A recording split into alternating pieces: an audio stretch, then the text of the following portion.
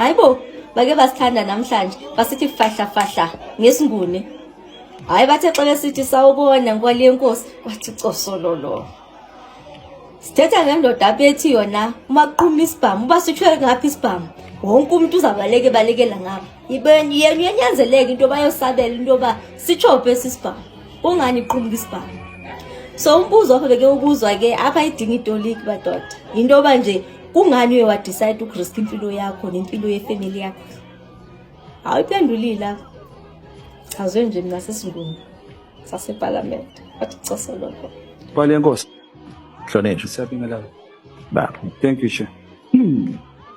No angiqale lana because ngithunywa abantu base South Africa bathi angibabongele ekuthenini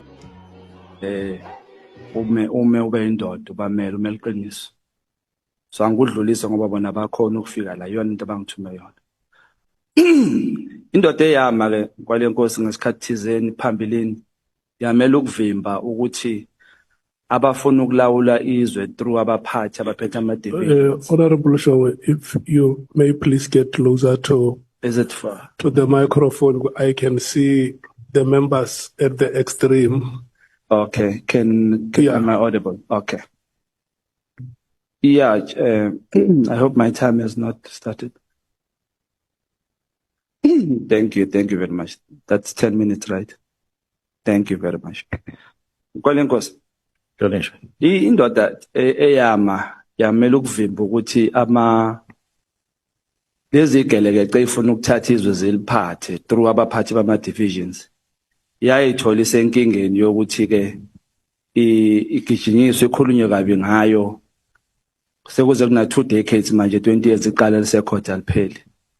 Umbuzo wami uthi yini eyenze wena wabona kufanele uthathe impilo yakho uyifake ebunzimeni obungaka nasengozini engaka. Uthathe ngisho neyomndeni wakho uphinde uyifake lapho. Uphushwe yini ukuthi uthathe lesi sinqumo? Mhlonishwa, inkinga lokho besibhekene nakho. Okungiphazamiseka kakhulu ukuthi lobugebengu ekade sibona benzeka lobe kufuna ukwenzeka. Abantu befuna ukuthatha izwe ngobugebengu. Ubugebengu obuzolimaza izingane zethu. Ngoba izidakamizwa lezi abasebenza ngazo. Angisho ukuthi uma bekade kubugebengu obungahlanganisi nezidakamizwa besokubekezelela bese ngeke sikubekezelele kwabona. Kodwa lokhu kuhlangene nezidakamizwa. Ngicabanga ukuthi iningi lomphakathi wale South Africa liyazi ukuthi uma unesihlobo owazana naso noma inengane oyizalayo esekuyaqala yadla idakamizwa seyimoshakele ngeke usakwazi ukuyilungisa. Abantu abaningi ke bahlukumezwe lezi dakamizwa. Ingakho ke siwumphakathi sisonke kumele sizimisele sihlangane sibumbane ukuze silwisane nalesihlava. Lokho kungenza ukuthi ngiphakameke ukuthi ngikhulume lolu daba. Ingoba ngibona ukuthi uma ngiliyeka ukukhuluma umndeni wami ukhona nje umshana wami odla idakamizwa ngikhuluma nawo. Eziqhamuka ngabo labantu.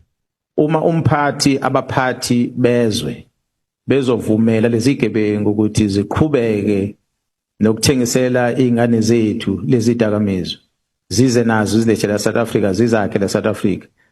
Okushuthi kahle izwe lizobe lifile. So thi silele emathuneni thina sibe sishiya ingane zethu zihlupheke. So ngaleso sizathu ngiyabona ukuthi kumele ukuthi sikhulume manje ukuze sikwazi ukulungisa izwe ukuya phambili. Lokho okuncane umuntu angakwazi ukwenza njengoba ethunywe enikeza umsebenzi ukuthi avikele izwe. Kumele ukuthi sikwenze. Ngisho kuthiwa kuyingozi thina. Ngoba ubungozi vele into umuntu aloka eqala engena emaphoyiseni. Ukuthi iphoyisa amaqhuma isibhamu ngala abantu bebaleka bayale iphoyisa kufanele liqonde la qhuma khona isibhamu. Kumele lisinikele ngalokho. Lokho engikwenzile kuyafana ke nalokho ukuthi ngiyazinikela ukuthi ukuze umphakathi uvikeleke. Kumele thina esinikeza umsebenzi ukuthi sivikele umphakathi kube yithina esizinikelayo kuqala. Ngicabanga ukuthi leyo kuphela nje into engayifika ukuthi engigqugquzela ukuthi ngikwenze lo engikwenzile. Ngiyabonga.